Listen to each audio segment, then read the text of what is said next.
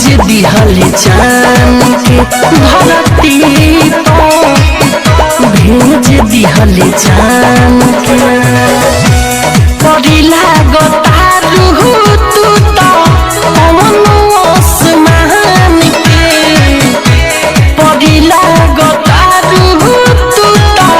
पवन आसमान के धरती तो भेज दिहले चान के धरती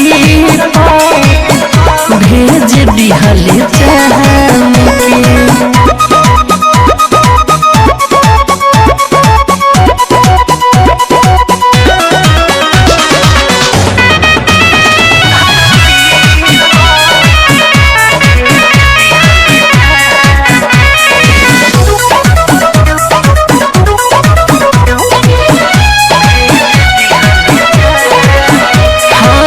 देखी के तो के सुकून दिल में मिले हंसत लागे कमल ताजा खिले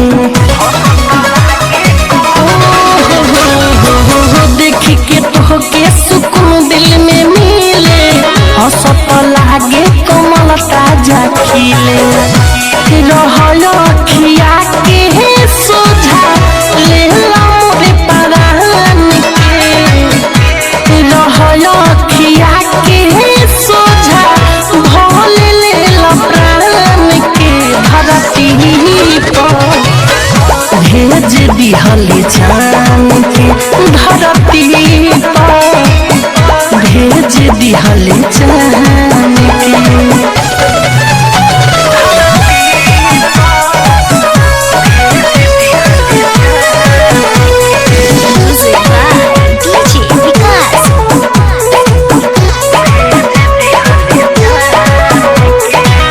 रखी मिठू तो के दिल में संभाल